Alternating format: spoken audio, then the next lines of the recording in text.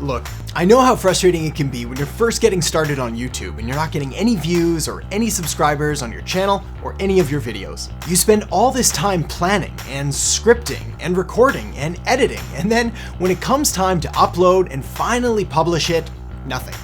No views, no subscribers, except maybe a few from your friends and family. Thanks for watching, Mom. And while it is true that every great channel that you see now, well, they all started from zero, I remember those days well, and they were frustrating. And so this video right here is the video that I wish I had years ago when I was first getting started with 0 views and 0 subscribers, so that you can take the lessons that I've learned to massively amplify and accelerate your growth on YouTube to help you get faster views, more subscribers, and essentially more traction for your YouTube channel. So let's get to it.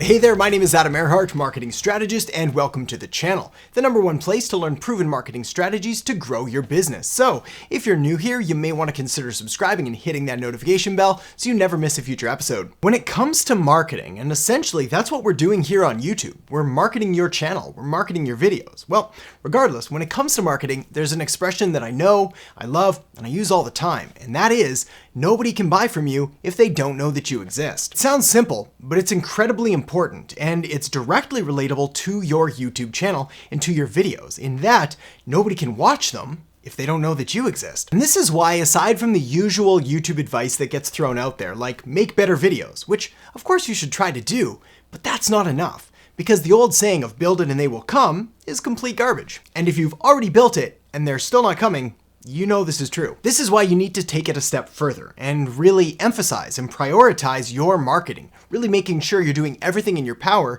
to help get your videos in front of your right audience, those who would actively subscribe and actively enjoy the content that you're producing. Now, one of the biggest factors to helping you get your video found and discovered and help you gain more traction and more views on your channel is getting that social proof and social engagement, which is why I'd love to turn it over to you and ask you if you don't mind hitting the like button, because this is incredibly important for the YouTube algorithm as a valuable signal to help promote it and help show that people actually like it, so they'll show it to more people. So now with that out of the way, let's dive into the very first tip, which is to leverage other audiences. The first place that you always want to start when it comes to getting traction on any new channel, including YouTube, but really this could relate to pretty much any other kind of social media platform or business, is to leverage other networks, other audiences that you may already have. These could be different social media networks, this could be an email list, this could even be a close personal network of friends and family. Another easy tactic you can apply is to simply link up your YouTube channel in your email signature. I mean, think about the number of emails that you send each and every single day. And by sort of subtly just mentioning the fact that you have a YouTube channel in your email signature, well, it makes it easy for those who are interested in doing a little bit more digging about you and what you're all about for them to find it without you needing to be overly aggressive or pushy or salesy. Now, the key here, whether we're talking about leveraging other audiences or whether we're talking about linking your YouTube channel in your email signature, is to not just send them to your YouTube channel in general. This is too broad and too generic, and it's kind of like offering somebody to sign up for your email list. The last thing any of us needs is another email newsletter. Rather, what people do need are specific, tangible solutions to problems that they're currently experiencing, which is why if you're offering, say, your email list and you're trying to promote that, you want to offer a lead magnet, some kind of downloadable PDF or solution that'll help them solve a problem.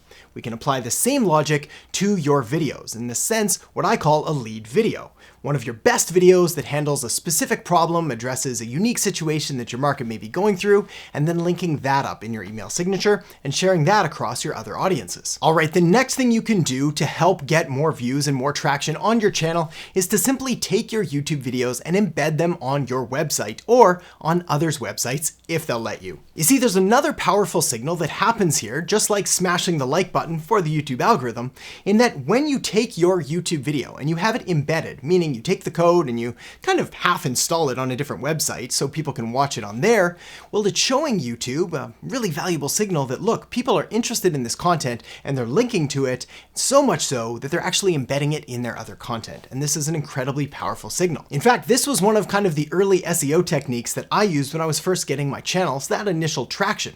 I would take my videos and I would embed them on my website. website, and on my agency website, and ideally on any colleagues or friends or partners or guest blogging websites that I could think of. Another thing you can do when it comes to embedding is something called an outreach strategy, where essentially you do a little bit of due diligence, a little bit of research, you start finding other blogs and other websites that talk about the same kind of thing you're talking about in your YouTube video, and then you reach out to them via email and say, look, I noticed you had an article on this, I've got a video on this, would you like to embed it in your article? 99 out of 100 are going to say no, but 1 out of 100, well, again, not great, not terrible either, so if you're totally out of ideas, might be worth trying. Definitely not my favorite strategy though. All right, moving right along, the next thing you can do to help get your video more views, more traction, and more subscribers is to simply translate or to offer subtitles in different languages other than the native language that you're speaking. For example, if I wanted to start having my videos found in Spanish-speaking countries, well, I would simply upload subtitles in Spanish. If I wanted to get more traction in France, I would upload them in French. And the same thing pretty much applies with any other market that you're trying to break into. You see, it's really important to understand that YouTube is a truly global platform, and with the increases in globalization, with borders kind of disappearing, especially when it comes to the online marketing world, well, it is important to at least be aware of the other markets and the other countries, the other industries that might be interested or at least willing to watch your videos and to engage with your content. This is definitely more of a long-term play because ideally you want to focus on your main market, your main language, because this is where you're going to get the most traction. But if you're thinking big picture and you're thinking long term, translating them into other language can help with your reach and with your exposure. All right, no video on getting more views and more subscribers on YouTube would be complete without at least talking about the elephant in the room, which is search. It is no secret that YouTube is the world's second largest search engine, second only to Google, and Google owns YouTube. So arguably, if you can kind of master the specifics and the nuances of SEO for Google, you're going to do pretty well on YouTube as well. This was actually one of the ways that I was enabled to first get traction with some of my videos, especially things like Introduction to Marketing, or What is Digital Marketing, or Instagram Marketing Strategy for Small Business. Essentially what I did is leverage nearly a decade of experience doing search engine optimization and translate that over to YouTube by ensuring that I had the right titles and the right headlines, the right thumbnail, the right tags, the right description, all the right stuff to help my video rank. Now, if you're totally unfamiliar with SEO or search engine optimization, I appreciate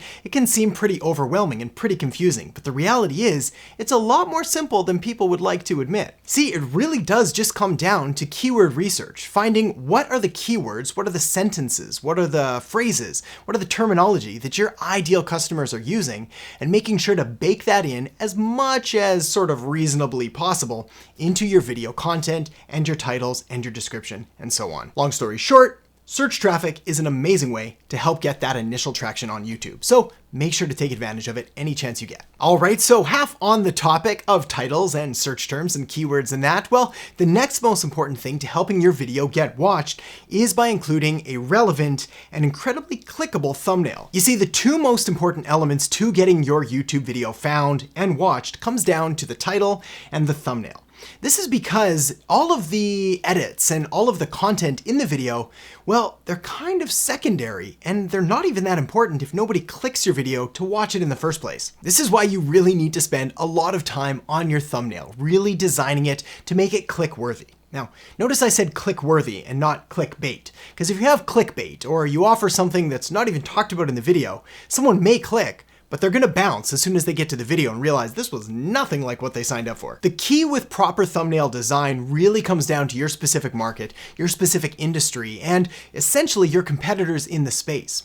You wanna research them, find out what they're doing and how you can do it different, only better. A great place to start is look at some of the most popular channels in your space, and then look at their top performing videos, and see what lessons and sort of what themes you can understand from their top performing thumbnails, and see if you can make a better version for yourself. All right, the next way to get more views and more subscribers for your YouTube channel and your videos is to engage as much as humanly possible. First of all, this means having a conversation with your audience, with your viewer, and essentially asking them questions, looking for feedback, asking them to hit the like button for the YouTube algorithm, asking them to leave a comment below, and essentially really just being human. Next, and most importantly, especially when you're first getting going, is taking the time to answer or reply to each and every single comment that gets left on your videos. Except for the weird or nasty ones. You can ignore those. But anytime that someone has made an effort to engage with you, to compliment or to comment on your video, the content, the style, or just you in general, well, it's only nice to write back. Plus, it really does help with the YouTube algorithm to show that you're engaging on the platform, that you're relatable, that you're accessible, and that you're willing to help to essentially make the community a better place to be. Not too much else to say about that, so let's move on to the next point, which again is probably one of the single most important elements to success on YouTube, especially to get that initial views and those initial traction, and that is to be consistent. There's pretty much nothing worse for your channel than to go out there and upload 5 videos all at once and then disappear off the channel completely for the next 3 months. That is going to destroy your credibility and absolutely damage your position in the YouTube algorithm. Rather, what you're better off doing is taking those 5 videos and posting them once a week over the next 5 weeks. Or if you've got 10 videos, maybe do 2 a week for the next 5 weeks. Regardless, you want to find a posting schedule that works for you and for essentially the pace that you're going to be able to maintain long term. Here's the thing with YouTube. It is definitely more of a marathon than a sprint. Yes, it is competitive, but there's still room at the top for those who are willing to engage, willing to apply the principles we're talking about here, and willing to really just try to create the best content they can. But you also need to prove yourself to your viewers and to YouTube. And this means being consistent, week after week, month after month, maybe even year after year. And this is why it is so incredibly important to have the right strategy for you to record and to edit and to upload and to be able to publish consistency, because on YouTube, consistency beats intensity every day of the week. All right, building on that last point on consistency, well, next we've got to talk about quantity. Fortunately, if you're consistent, you'll also inevitably end up building a sufficient amount of videos, which sort of checks the box for the quantity element. You see, quantity is important on YouTube for a number of reasons that kind of are tied to the consistency element, essentially proving to your viewers and proving to the YouTube algorithm that you're here to stay, you're serious about what you're doing. But more importantly than that is YouTube needs a sufficient amount of videos for them to properly categorize you and your content, and so they can know who exactly to show your videos to. You see, the way that the YouTube algorithm works is that when you first upload or publish a video, they start showing it to all sorts of different people, trying to find out who's gonna like it and who's not. In the early days, they're not very good at this because they don't have any data on you. So they show it to a whole bunch of people, most of which really aren't gonna like it. And so your videos kind of just hum along, not doing that great. But once you hit a sweet spot, somewhere around that 25, 30, 35 video mark, well, YouTube now has enough data to start to understand, look, this group of people is really gonna like it, and this group of people, not so much. So let's show it to this group of people. And when that starts happening, when YouTube is able to properly categorize you because you have enough videos on your channel, well, that's when results really start to take off. And you get kind of that exponential hockey stick effect. Essentially more views and more subscribers coming out of nowhere.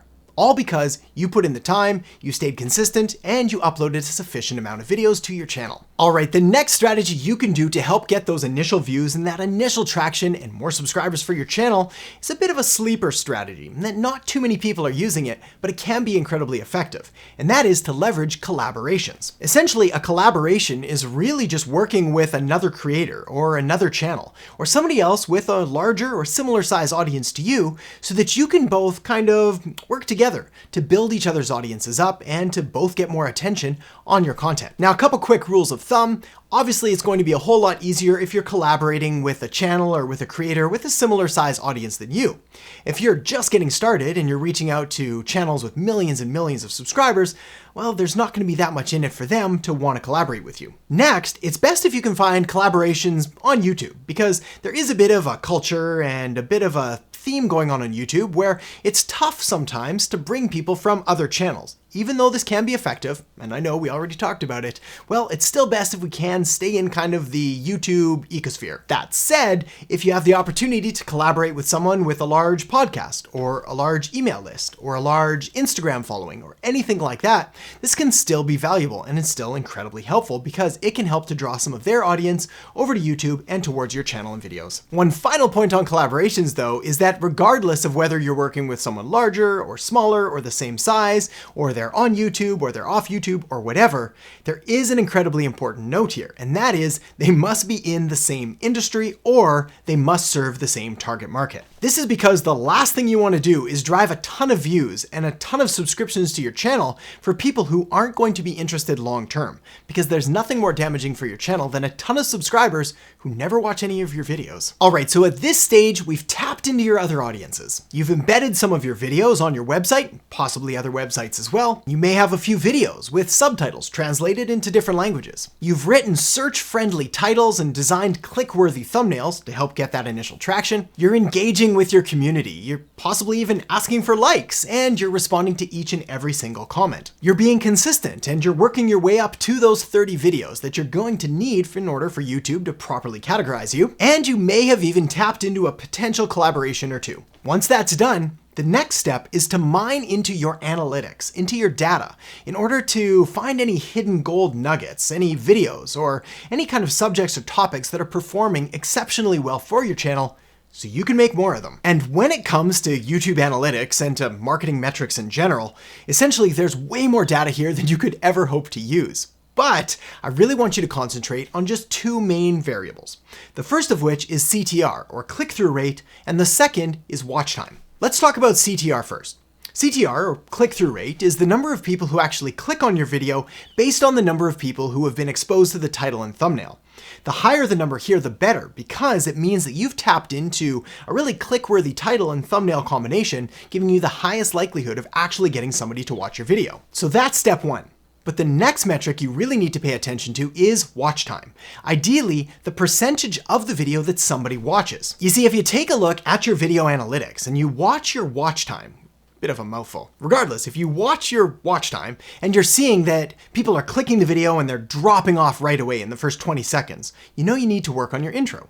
Or if they're making it sort of a minute in and then they're leaving, well, you know you need to make the content a little quicker, a little more engaging. Or perhaps you're seeing a pretty steady line of watch time throughout the entire video, but then for some reason, maybe 3/4 of the way through, it just drops off like a rock. Well, this gives you the opportunity to go back through the video and find out what you said, or what sound effect you added, or what kind of cut you made, or what was it that repulsed so many people at that moment, so you can never do it again. Point of the matter is, there's an absolute treasure trove of gold buried in your analytics. So spend a little bit of time diving in there, again, so you can do more of what works and less of what didn't. I appreciate there's a lot to this stuff when it talks about getting more views and more subscribers for your YouTube channel, which is why the next thing you're gonna wanna do is check out the video I have linked up right here on how to get your first 1,000 subscribers on YouTube. So make sure to check that out now, and I'll see you in the episode. Who is that person that you're creating content for? What are their pains and problems and frustrations and all the things they're trying to move away from? And what are their goals and their dreams and their aspirations and all the things they're trying to